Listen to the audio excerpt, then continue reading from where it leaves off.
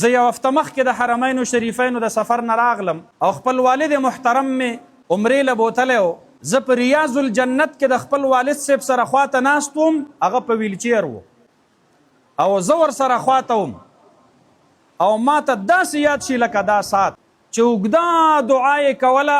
نو په دعا کې وی الله د حضرت مولانا فضل الرحمن صاحب او د هغه د ملګرو سره د عفو او د درګذر معامله وکړه.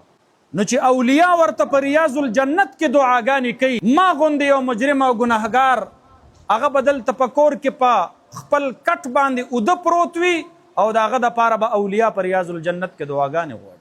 د نیکو خلقو ملګرتیا وکئ، الله به په اولاد کې نیکان پیدا کړي چې ستاسو ناسته پاسته د نیکانو سره وي. ستاسو دا کشران تاسو اینی ستاسو کشران به هم د نیکانو د عالمانو سره بیا تعلق ساتي.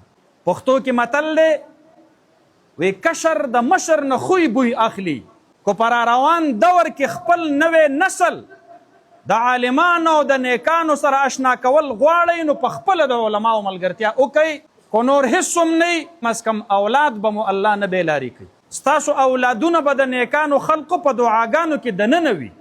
تاسو ته چې کله د نیکانو خلقو دعاګانې راځي ستاسو اولاد ته به هغه الله رب العالمین نصیب کوي. دینی جذبه به هم په زړه کې پیدا شي.